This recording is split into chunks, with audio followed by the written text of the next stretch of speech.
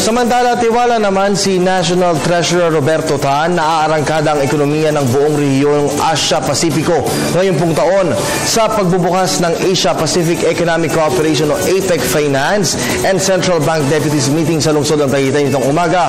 Sinabi ni Tan na bumuo ang Pilipinas ng Cebu Action Plan na magsisilbing gabay ng buong APEC region para po maging matatag ang lahat ng ekonomiya sa kabila ng mga hamon. Ang buong ulat, ihatid sa atin ang aming kasamang si Ria Fernandez mula sa Tagaytay City Live.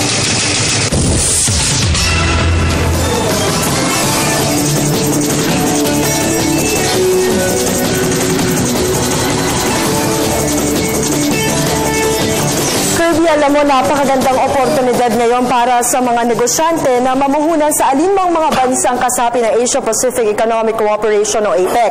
Patuloy kasi ang pag-arangkada ng ekonomiya ng buong rehiyong Asia-Pasipiko.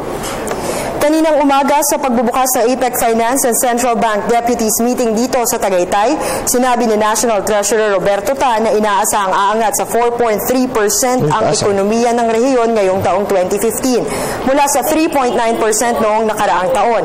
Mataas kasi ang consumer demand dito, dumarami rin ang bilang ng mga nag-e-export at kontrolado ang inflation kaya napapanatiling stable ang mga presyo ng bilihin at magaan ang sistema ng pagpapautang.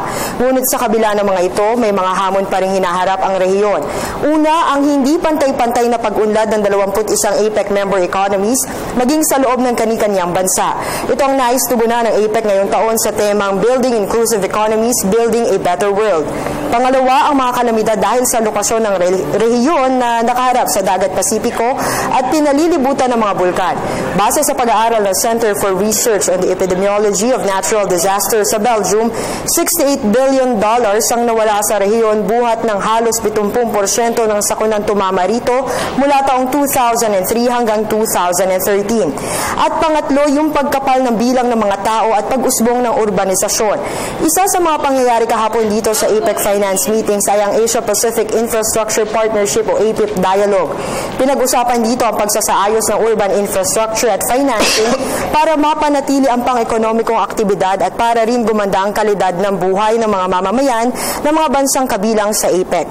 Bilang sagot sa mga hamon at para maipagpatuloy ang mga magagandang nasimula ng APEC, bumuo ang Pilipinas na kasalukuyang punong abala sa APEC Finance Ministers process ng Cebu Action Plan o CAP.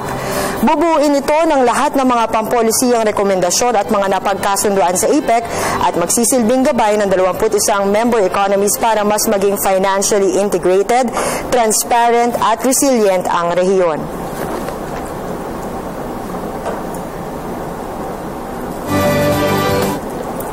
Kirby, susunod na aktibidad ngayong araw yung photo session nga ng mga delegado dito sa APEC Finance and Central Bank Deputies Meeting.